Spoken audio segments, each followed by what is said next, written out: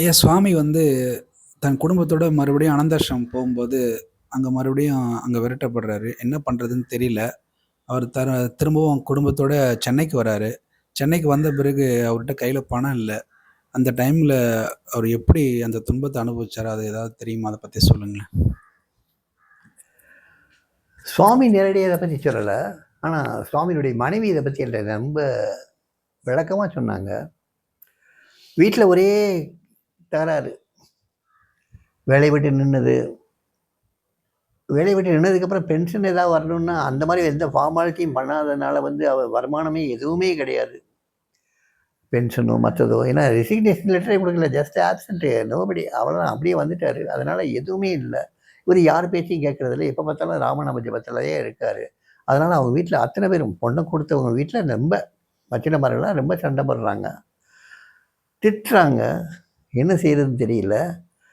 கடைசியில் என்ன செய்கிறாரு, சரி நான் மனைவி மக்கள்லாம் கூப்பிட்டு நான் போயிடுறேன், நீங்கள் பார்க்குறதுனால தானே நீங்கள் இவ்வளவும் எனக்கு பேசுகிறீங்க, நான் அவங்களெல்லாம் கூப்பிட்டு போயிடுறேன் அப்படின்னு ஒன்று. அவங்க என்ன சொல்கிறாங்க, மூத்த பிள்ளைங்க 2 பிள்ளைங்க படிச்சுட்டு இருக்காங்க, உங்களோட சேர்ந்து அவங்களும் கஷ்டப்பட வேண்டாம், அவங்களா படித்து முன்னுக்கு வரட்டும், இளைய பிள்ளைங்க 2 பேரையும் நீங்கள் கூட்டு போ அப்படி சொல்லி அனுப்பிச்சிடுவாங்க. இளைய பிள்ளைங்க 2 பேரும் யாருன்னா, மாயா ஒன்று, பீனா ஒன்று.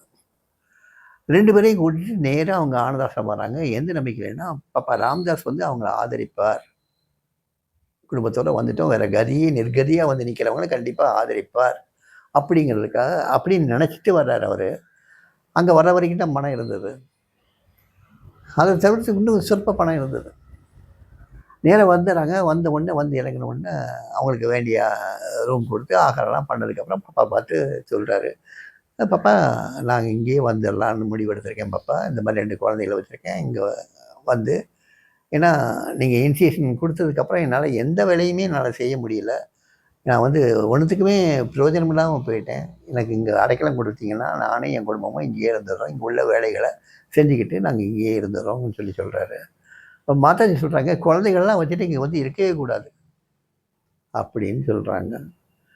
உடனே மறுபடியும் ராமரஞ்சினி தேவியும் சுவாமியும் பேசிக்கிறாங்க, ஒருத்தர் பேசிக்கிறாங்க. குழந்தைகளெல்லாம் நம்ம நடுதரால் விட்டு வந்துடுவோம். நடுதரானா அண்ணன் வீட்டில் விட்டு வந்துடுவோம். இது ராமரஞ்சினி தேவியுடைய மூத்த 2 பிள்ளைகளை ராமரஞ்சினி தேவியுடைய அண்ணன் வீட்டில் விட்டு வர்றாங்க. இந்த கடைசி 2 பிள்ளையையும் தன்னுடைய அண்ணன் வீட்டில் விட்டு வந்துடலாமான்னு சொல்லி சாமி கேட்குறாரு. ராமரஞ்சினி என்ன சொல்கிறாங்கன்னா, இந்த பிள்ளைகளை விட்டு நான் இன்னமும் பிரிஞ்சிருக்க மாட்டேன் அப்படின்னு சொல்லிடுறாங்க. இவர் சாமி மறுபடியும் போய் பாப்பா ராமதாஸ்கிட்ட போய் மறுபடியும் கெஞ்சுறார், சாமி எங்களுக்கு வேறு வழியில் சாமி, எங்களை தங்க வைங்க சாமி, இங்கேயே எங்களை இருக்க அனுமதிங்க சாமி சொல்லி கேட்குறாரு. இல்லை நீங்கள் இருக்க முடியாது, போயிடணுங்கிறாரு பாப்பா ராமதாஸ். சொல்லிட்டு இன்னொரு வார்த்தையும் சொல்கிறாரு, ஒரு பெரிய மரத்துக்கு கீழே இன்னொரு பெரிய மரம் வளரவே வளராது, நீ போயிடு இங்கே இருந்துங்கிறார். பாப்பா நான் வெளியே போய் நான் என்ன செய்வேன், எனக்கு ஒன்றுமே தெரியலையே, என்ன செய்வேன்னு கேட்குறாரு. போய் பிச்சை எடுங்கிறார். பாப்பா நான் என்ன பிச்சைக்காரனா அப்படின்னு சொல்லி அவர் சாமி கேட்குறாரு. பாப்பா ஒன்றும் சொல்லாமல் அவர் ரூமுக்குள்ளே போய் உட்காந்துக்கிறார். இவர் மனசன் வந்துடுறாரு. அங்கே இருக்க மிச்ச பணத்தை வச்சு சென்னைக்கு வந்துடுறாரு. சென்னைக்கு வந்ததுக்கப்புறம் ஊருக்கு போகிறதுக்கு பணம் இல்லை. அவர் தனக்கு தெரிஞ்ச பாப்பா ராமதாஸ் தெரிஞ்ச ஃப்ரெண்ட்ஸு கொஞ்சம் இருந்தாங்க, அவங்ககிட்ட கொஞ்சம் பணம் கேட்டாங்க, கொடுத்தாங்க. இது போக அங்கே ஸ்டேஷனில் உள்ளவங்ககிட்டே கொஞ்சம் பணம் கேட்டார். அந்த ஊருக்கு நார்த் இந்தியன்ஸ் கொஞ்சம் பணம் கொடுத்தாங்க, அதை வச்சு டிக்கெட் எடுத்தார். இந்த ட்ரெயினில் போகும்போதே பக்கத்தில் இருக்கவங்கெல்லாம் சாப்பாடு ஏதோ கொடுத்தாங்க, அதெல்லாம் குழந்தைகளுக்கு கொஞ்சம் கொஞ்சம் கொடுத்து ஊர் போய் சேர்ந்தாங்க. அவங்கள கொண்டு போய் எங்கள் தகியால், அதாவது மாமனார் வீட்டில் விட்டுட்டு ஒரு மறுபடியும் போயிடுவார். பிக்ஷை அதுக்கப்புறம் பார்த்திங்கன்னா எங்கே போனாலும் கையில் காசு கிடையாது, எதுவும் கிடையாது. பசிச்சதுன்னா ஏதாவது அன்னச்சத்திரங்கள் இருந்ததுன்னா அங்கே சாப்பிடுவார், இல்லைன்னா பிச்சை கேட்பார். பாப்பா ராமதாசன் சொல்லிட்டாரே பிச்சை எடுக்க சொல்லி, பிச்சை எடுன்னு சொன்னார்ல, அதுலேருந்தே சுவாமி தன்னை பிச்சைக்காரன்னு வேற சொல்ல ஆரம்பித்தார். அந்த வார்த்தை கடைசி வரைக்கும் இருந்தது. சுவாமி தன்னை அட்ரஸ் பண்ணதே இந்த பிச்சைக்காரன் தான் அட்ரஸ் பண்ணிக்குவார். பிச்சை தான் வாங்கினார், கடைசி வரைக்கும் பிச்சை தான் வாங்கினார். எல்லா இடங்கள்லையும் பிச்சை கேட்டார். பசிக்கும் போதெல்லாம் யாரும் என்னெல்லாம் பார்க்கல, பிச்சை கொடுன்னு தான் கேட்டார். பிச்சை கிடைச்சுன்னா சாப்பிடுவார். இல்லை பிச்சை போகிற இடத்துல நட்சத்திரமாகட்டும், ஆசிரமங்களாகட்டும், கோவில்களாகட்டும், அந்த மாதிரி இடங்களை போய் பிச்சை கேட்டார், சாப்பிட்டார். அவருடைய அந்த சாதன கால வாழ்க்கையில் நினைஞ்ச துன்பங்கள் சாதாரண மனசனால தாங்கிக்கவே முடியாது. அந்த கொட்டுற பனியிலையும் சரி, கொளுத்துற வெயில்லையும் சரி, பெய்கிற மழையிலையும் சரி, எப்படி ஒடுங்கி ஒதுங்கி எப்படி கஷ்டப்பட்டு வாழ்ந்தாருங்கிறது நினச்சி கூட பார்க்க முடியாத ஒரு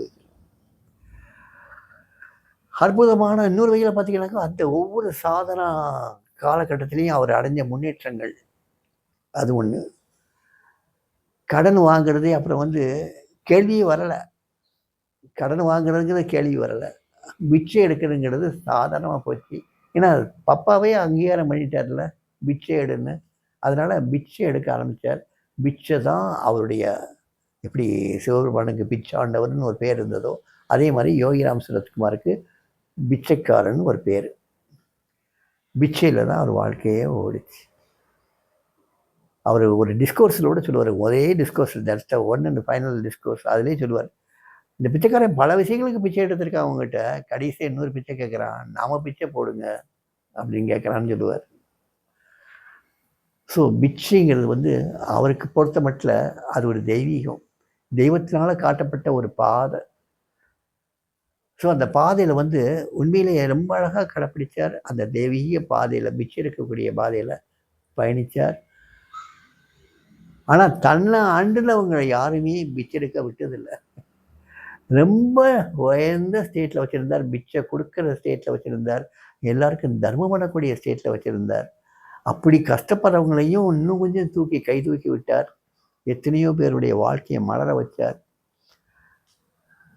யாரோ ஒரு டிவோட்டியுடைய பையனுக்கு ஒரு 5 லட்ச ரூபா யாரையாரோ கொடுத்தாங்க. அதை வந்து எஃப்டியில் போட்டு அதை வரக்கூடிய வட்டியை எடுத்து நீ வந்து வாழ்ந்துக்கோன்னு சொல்லி கொடுத்தார். நிறையா இப்போ எங்களை மாதிரி ஆள்கள் கஷ்டப்படும் போதெல்லாம் எங்களுக்கே பணம் நிறையா கொடுத்தார். பிச்சைக்காரரை எங்களுக்கு பிச்சையை போட்ட கதையும் உண்டு. சாமியோட வாழ்க்கை வந்து ஒரு அற்புதமான ஒரு காவியம். அது அமர காவியம்னு அது எப்பயுமே இருக்கும்.